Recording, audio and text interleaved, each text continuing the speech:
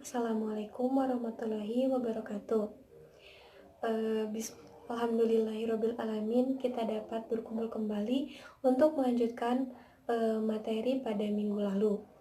Baik, sebelumnya kita buka pertemuan kali ini dengan mengucapkan basmalah bersama-sama. Bismillahirrahmanirrahim. Kemudian dilanjutkan dengan berdoa. Silahkan kepada ketua muridnya untuk memimpin doanya. Baik, terima kasih. Oke, baik. Jika misalkan ibu punya gula di dalam air, kemudian ada kopi yang sudah diseduh dengan air, kemudian ada susu cair. Nah, coba kalian ada yang tahu nggak apa sih yang membedakan dari ketiga spesies tersebut? Nah, iya, hampir mendekati benar ya. Jadi, materi kali ini tuh erat hubungannya dengan kehidupan sehari-hari, di mana hari ini kita akan belajar mengenai koloid.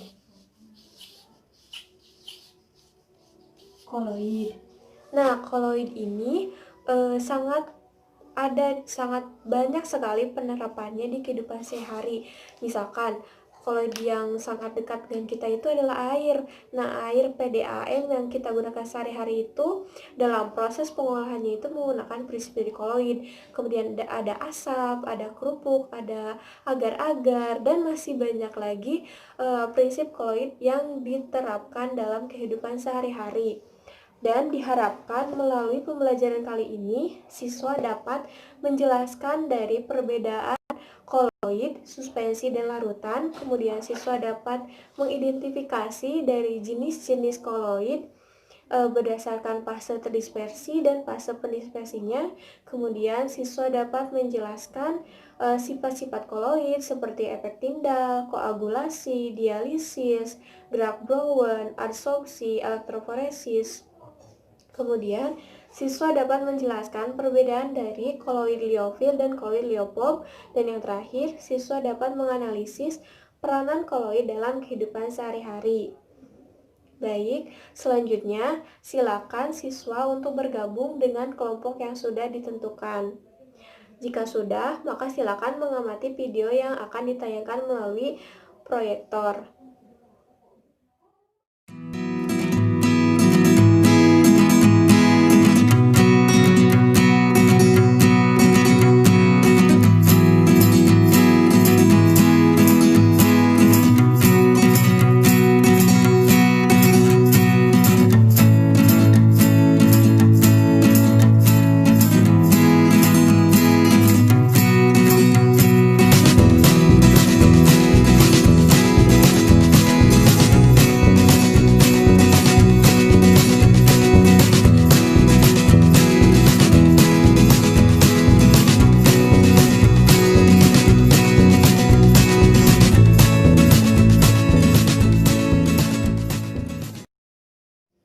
Dan ini ada LK yang harus kalian kerjakan.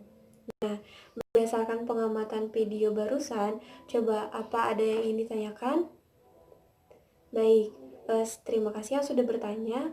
Untuk selanjutnya, kalian simak terlebih dahulu demonstrasi yang akan Ibu lakukan. Demonstrasi kali ini, kita akan menggunakan 3 buah gelas. Bahannya ada kopi, kemudian ada susu kental manis, ada gula pasir, dan ada air.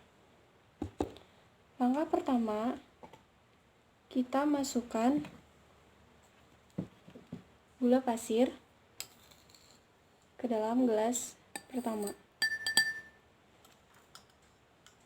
Kemudian, kita masukkan kopi, gelas kedua,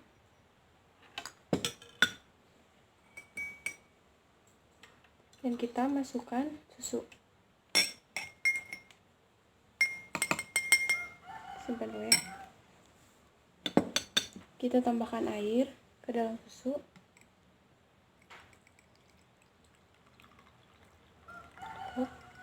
Tambahkan air ke dalam kopi. Kita tambahkan air ke dalam gula.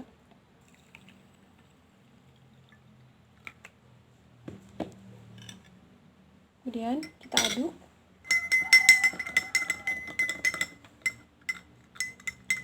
seperti ini sampai larut.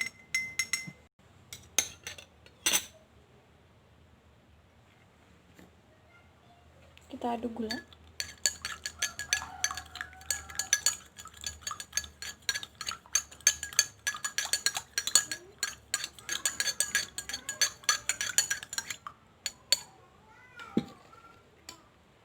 Kemudian kita aduk kopi.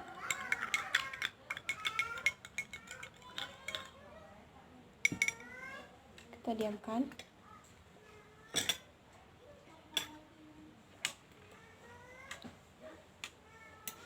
Dan silahkan kalian mengamati ketiga spesi ini. Ini untuk air gula, ini untuk kopi, dan ini untuk susu. Silakan kalian berdiskusi dengan kelompoknya untuk mencari informasi mengenai perbedaan dari koloid dengan larutan dan suspensi, kemudian sifat-sifat koloid, jenis-jenis koloid. Baik, sekarang kalian silakan untuk menyimpulkan hasil diskusi yang barusan kalian lakukan. Kemudian, untuk sekarang silakan setiap kelompok untuk mempresentasikan hasil diskusinya di depan kelas. Baik, terima kasih yang sudah mempresentasikan hasil diskusinya. Coba di sini ada yang bisa menyebutkan kembali gak sifat-sifat dari koloid, kemudian jenis-jenis dari koloid itu sendiri apa saja dan contohnya. Ya, boleh satu lagi. Coba siapa lagi yang bisa? Nah, iya, terima kasih ya kepada kalian yang sudah menyebutkan tadi. Jawaban kalian tuh sudah benar ya. Nah, selanjutnya Ibu akan sedikit menyimpulkan dari pembelajaran yang sudah kita lakukan tadi. Jadi, sebetulnya koloid ini apa sih gitu ya? Koloid ini merupakan campuran yang terdiri dari fase terdispersi,